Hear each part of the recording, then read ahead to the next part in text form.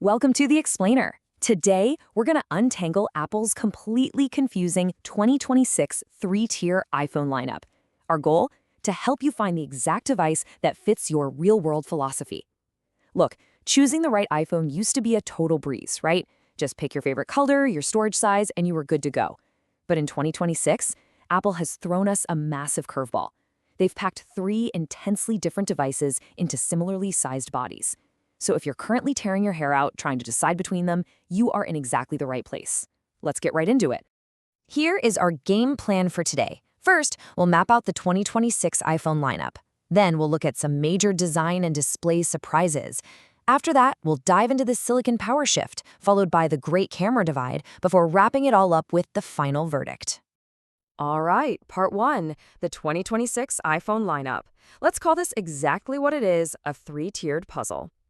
We're opening up with a slightly bizarre trio of devices competing for your hard-earned cash. It's a pretty unique dynamic for Apple's ecosystem. Smacked right in the middle of our 2026 options is the iPhone 16 Pro. Now, this is a 6.3-inch device running the older A18 Pro chip. And here's the kicker. It's actually no longer sold directly by Apple. It's basically a lingering ghost, only available through authorized resellers while legacy stock lasts. Then, on the value end, you've got the highly capable base iPhone 17 starting at $799. And way over on the ultra-premium end, there's the heavyweight behemoth, the iPhone 17 Pro Max, commanding a steep $1,199 premium. This sets up the stakes perfectly. Choosing your next phone is absolutely about picking a lifestyle philosophy now, not just a price tag. Moving right along to part two, design and display surprises. Because Apple is really subverting those Pro expectations this year. You know, you'd naturally assume that slapping the word Pro onto a phone automatically guarantees it gets the absolute best build materials. Well, Apple completely flipped the script this year. The brand new iPhone 17 rocks a standard lightweight aluminum frame. But what about that massive 17 Pro Max? It actually shifted to a completely new aluminum unibody design featuring Ceramic Shield 2 on both the front and back to give it 3 times better scratch resistance. So the irony here, if you really want that distinct premium titanium feel, the oldest phone in this lineup, the 16 Pro, is literally your only option. It's a wildly fascinating shift in Apple's premium strategy. And the surprises definitely don't stop there. Picture this. You're outside, texting in blinding direct sunlight. You would think the older Pro phone handles this better, right? No way. The cheaper, base model iPhone 17 actually beats last year's 16 Pro by a massive 1,000 nits of peak outdoor brightness. It perfectly matches the wildly expensive Pro Max at 3,000 nits. So, despite completely lacking that fancy Pro moniker, the standard 17 is going to give you a vastly superior outdoor viewing experience compared to the older flagship. Okay, let's hit part three, the silicon power shift. Get ready for some serious next-gen dominance. Let's talk about raw horsepower. The silicon inside these devices dictates exactly how long they will actually feel fast and how well they'll handle the massive computational lifting of the future. Because the 17 and 17 Pro Max use the brand new A19 family of chips. They are literally an entire generation ahead of the 16 Pro. The A19 and A19 Pro include a totally new neural accelerator architecture that the older A18 Pro simply does not have. Now sure, all three phones support Apple Intelligence and hardware-accelerated ray tracing. But if you're the kind of person planning to hold on to your phone for 4 or more years, those newer 2026 models are absolutely undeniably the safer long-term bet for all those heavy on-device AI tasks. And you know what that advanced silicon efficiency translates directly into? Battery life. The base iPhone 17 easily outperforms the older 16 Pro model, offering 30 hours of max video playback compared to 27 hours.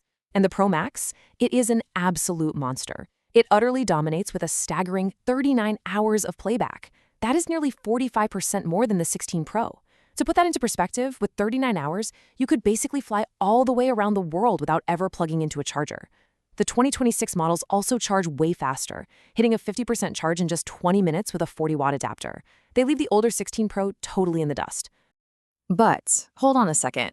Before we crown the base 17 as the ultimate giant killer, we've got to talk about its Achilles heel. The standard 17 is noticeably held back by older USB 2 data speeds. Both the 16 Pro and the 17 Pro Max support USB 3, which offers up to 20 times faster transfer rates. 20 times! So if you are someone who regularly transfers massive, heavy video files to your computer, you are absolutely going to feel that bottleneck on the standard 17. Which brings us nicely to part 4, the great camera divide, or what I like to call the creator's chasm. Here is the truth. Cameras and data transfer are where that Pro label actually starts to matter. This is where the standard 17's fatal flaw for series creators is really exposed. While the iPhone 17 rocks a highly capable 48-megapixel dual fusion system, well, it kind of stops there. If you shoot wildlife, event photography, or literally anything far away, the 17 just can't compete because it completely lacks a dedicated telephoto lens. Meanwhile, that older 16 Pro still offers a 12-megapixel telephoto with a 5x zoom. But the 17 Pro Max, it is in a completely different stratosphere. It gives you an incredible 8x optical zoom range with stunning 48-megapixel resolution across all 3 of its lenses. Just wow! And the rabbit hole goes even deeper for video professionals. The 17 Pro Max introduces an exclusive feature called Gen-Lock support. Now, if you don't know, this is a professional-grade standard used for syncing multiple cameras frame accurately with external rigs. For serious video creators out there doing complex multi-camera YouTube shoots, this is not just some random spec bump. It is a massive, meaningful exclusive that really cements the 17 Pro Max as a true, dedicated production tool. But hey, let's not forget about the front of the camera. For all you vloggers, or frankly anyone who practically lives on video calls these days, both the base 17 and the 17 Pro Max absolutely crush the older 16 Pro. They both feature gorgeous new 18-megapixel front cameras with center stage and dual capture, meaning you stay perfectly framed as you move around. The 16 Pro? Yeah, it's stuck with last generation's 12-megapixel sensor and has no center stage capabilities whatsoever. All right, we made it to part 5, the final verdict. Let's break down the 3 personas. We've seen the specs, we've uncovered the surprises, so now let's actually figure out who you are. First up, we have the value seeker. The iPhone 17 is hands down the ultimate everyday user's phone. It inherits nearly all the meaningful upgrades we just talked about: that next-gen A19 chip, the blistering 3,000 nits of brightness, superior battery life, and that incredible new front camera. Plus, Apple actually upgraded the base storage this year, meaning your $799 now gets you 256 gigabytes instead of 128. If you don't desperately need a zoom lens or super rapid file transfers, this phone literally saves you $400 while still delivering a total flagship experience. Next up is the Discount Pro. The iPhone 16 Pro fills a very, very specific niche this year. Honestly, it only makes sense if you absolutely demand that titanium build, and you need a budget-friendly path to a telephoto lens and ProRes video recording. But, and listen carefully, this is a massive but, you should only buy this if you find a significant discount through an authorized reseller. Why?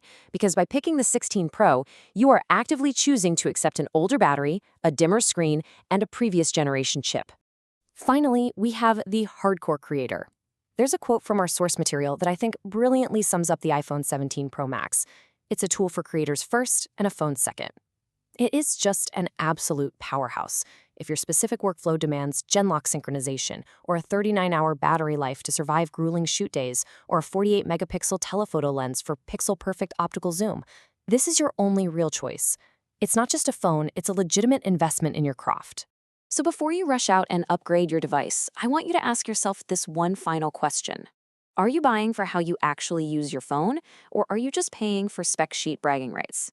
Because as we've clearly seen throughout this explainer, the smartest, most powerful choice for your daily life might not necessarily be the one with the fancy Pro label slapped on the box. Evaluate your real-world philosophy, match it to the data we covered today, and you'll absolutely make the perfect choice. Thanks so much for joining me on this deep dive, and I will catch you on the next one.